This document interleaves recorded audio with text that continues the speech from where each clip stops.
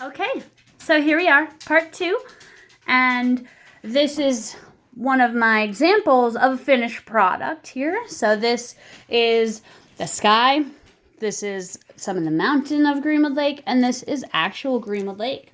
Now, if you can picture this being one complete painting by one Girl Scout, then there's going to be another one right next to it, hanging and hanging and hanging and hanging to read the word. Thank you, the words. Thank you, Chris. So I'm going to go ahead and show you guys how I did this painting, but I want you to know that you can do it however you want. It doesn't have to be anything really. It definitely does not have to be perfect. I don't want it perfect. The whole point is to really have fun experimenting with some of the different types of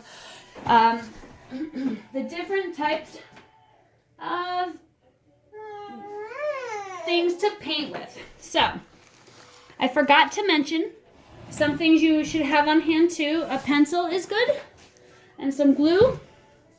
And I'm trying to do this alone, so let's hope it's okay. So what you're going to want to do is draw to start off, just so you have kind of an idea. You can sketch the top of the mountain ridge. So you can use your finger if you want, and just kind of figure out, okay, how far down is my finger? Maybe since my finger is a little bit longer than yours, you can add a little bit, but draw a little mark there.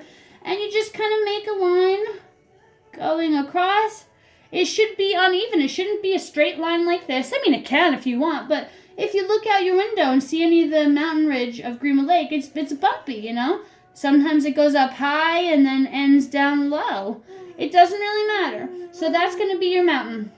Now the lake is going to be a little bit more of a flat line. So again, you can use your finger roughly to kind of decide where you're going to draw that. And that's going to be relatively a flat line. Okay, so it might be hard for you to see that on the camera, so I'm going to make it a little bit darker. Whoop. All right. So one thing Chris said, if you recall, was that when doing a landscape, which is a painting of an area of land, you want to start with the items that are the farthest in the distance.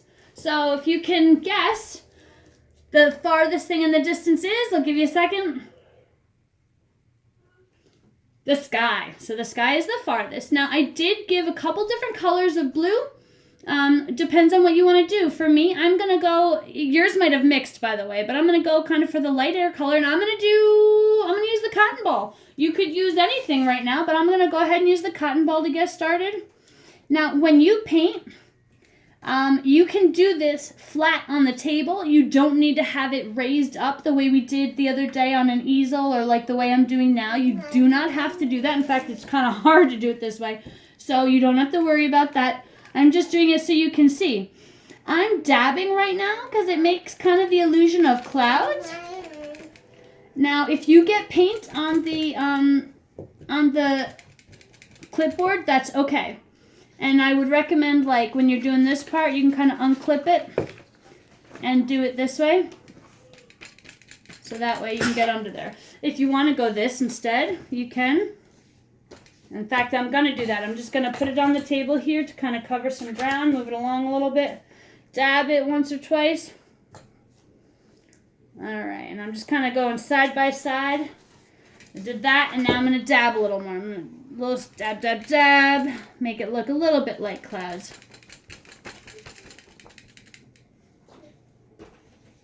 Okay, that's my sky for now. You know what, though, I kind of want to do? I kind of want to put a little bit of glue up on here.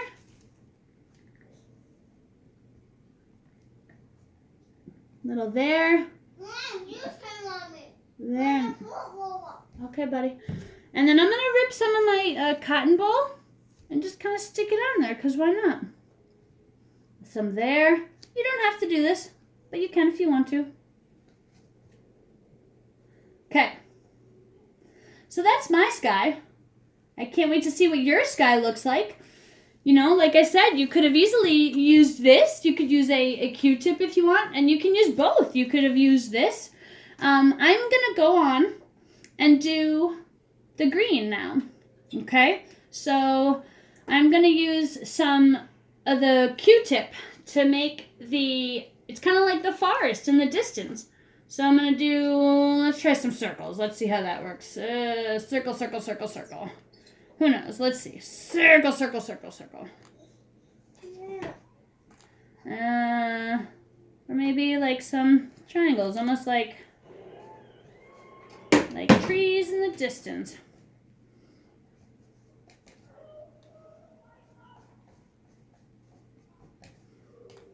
I want some more up here. I want a nice, bumpy, really ooey gooey, bumpy looking mountaintop, because there we go. And I'm going to kind of do it a little bit thick and drippy for a bit, because here's what I'm going to try now. I'm going to try using a cotton ball to kind of like just like go down and fill in. There we go. Now I'm going pretty fast because I just want to make sure that I get the basic to you.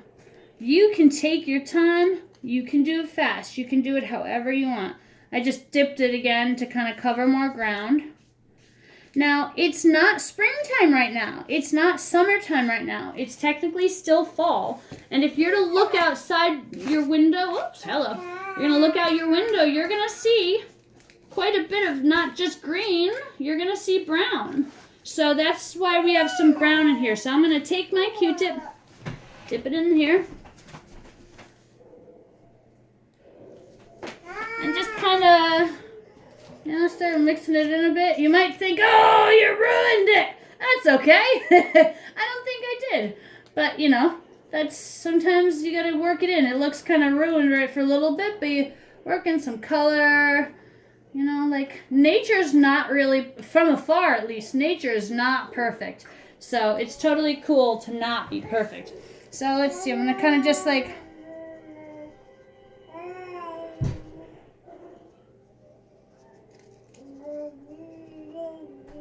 Go. Let's see. Add a little of this. You know what I want to try now? I want to try my pine bough.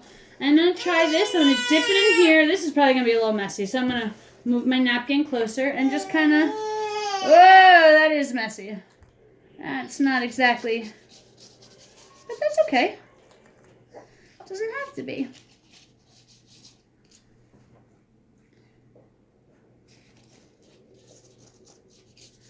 Alright. Maybe I'll just do a little bit of... You know what I like about that, though, is the shape it gives. Kind of like, really like thin, pointy shapes, Kind of cool.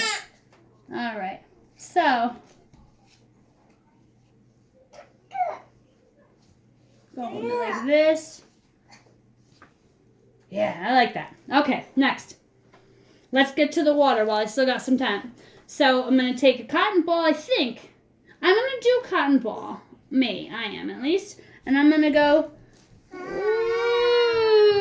kind of cover some of it. Now, you want it to look like slow moving waves, all right? And then, if you want, you can go in with here, let's try this. This might make some nice looking waves. You'll be next. Do not touch my phone, Sammy, okay? I'm looking at it. I know, but don't touch it, okay? Woo! Now, because this is a mural, all of these are going to connect. So if you want to add some details to yours, you totally can. Like on this one, I put some trees, and the way I did that was I just ripped off a piece of the pine bough, like this. I'm gonna get my glue filthy right now, and I just kind of glued it on there, just like I did to these clouds up top. There we go. Oh, that's why I had to glue. Or if you want, you can paint stuff. You could paint a little, this is a town where we live. If you want to make a dock, you could do a dock. If you want to paint a house, you can paint a house. If you want to do someone on a canoe, you could totally do that. Hey! Someone canoeing. Whatever you want. You want to do a bird flying up in the sky? Woo! Go for it. I use green on that. So this is basically it. Once it dries, actually you don't even have to wait till it dries. Once you're done, you can go ahead and put glue on. Whoop. No, don't touch my phone. You put glue on, And you put it somewhere on here, okay? You want the purple side to be shown.